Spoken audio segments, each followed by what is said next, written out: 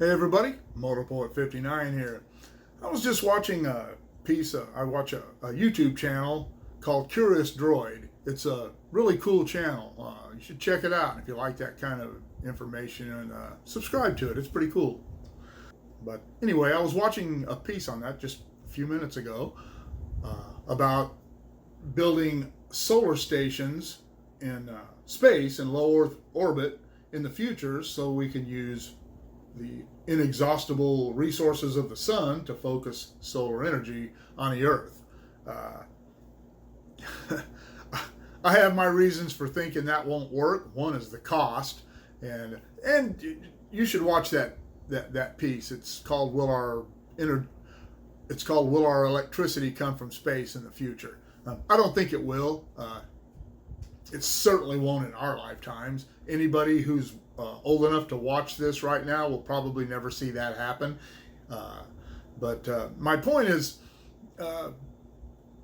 if you have something like that out in space, it does collect more energy, but solar energy just isn't that efficient, especially right now. Maybe in 100 years they'll figure something out that will make it more efficient, but right now it's just not that efficient.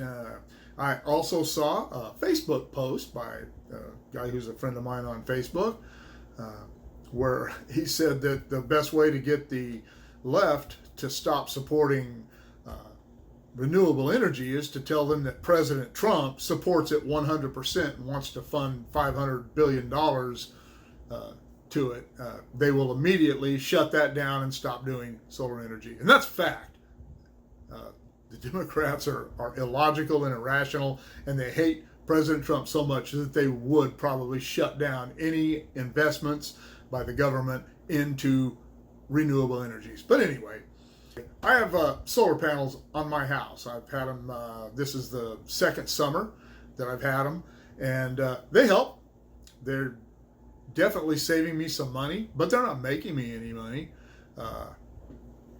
The first year I had them on the house, when I had them installed, there were 5 people living here, and then we had a grandson that stayed here probably 10 or 15% of the time. 2 of my kids that lived here then have moved out, and the grandson isn't here that much anymore. So there's essentially just 3 of us living here now, and I'm not making any money. I had it's called a square up bill. I don't own my system. I don't lease it. It's called a power purchasing agreement, something like that, PPA.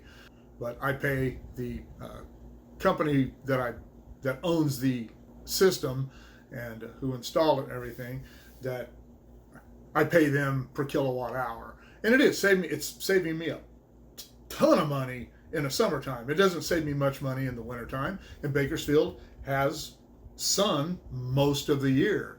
But my square up bill for the first 12 months I had it, I had earned about $115 in credit. You don't get that money.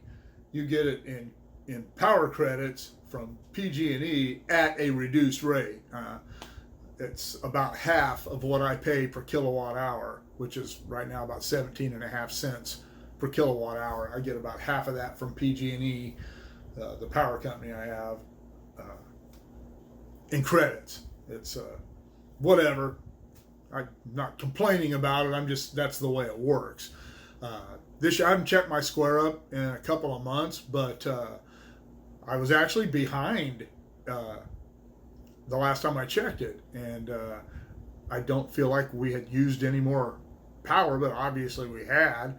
But the point is that renewable energy, it just isn't that efficient. I did a video that I'll link in here about solar, the huge, I'm talking about the huge solar plants that they have out in the desert, and the wind parks that they have up in the Tehachapi Mountains. I did a piece on both of those. I'll link those in here. But they're just not that efficient. When you look at all the wind turbines out around the Mojave area, there are thousands of them. Thousands. I don't know how many. There are thousands of them. It's all you can see in some places. And all those wind turbines don't produce enough energy to power a city the size of Bakersfield, which is about 500,000 people. The solar panels are even less efficient, even though said you're out in the desert, you sun probably 300 days a year. They just don't generate that much power, that much energy, usable energy. And like I said, in 100 years, maybe they will. But I think that renewable energies are limited. I still think that nuclear energy is the best answer for our energy problems. We're going to run out of fossil fuels at some point. That's probably not going to happen in the lives of anyone who is watching this, or your children, or probably even your grandchildren. But it will one of these days, and the planet Earth is going to have to figure something out, and renewable energy just isn't, there's just not enough room. If all the thousands of wind turbines in Mojave won't power Bakersfield, how are we going to power a city the size of Los Angeles or New York? And where are we going to put all this stuff? I mean, they take up a lot of space, but I don't know.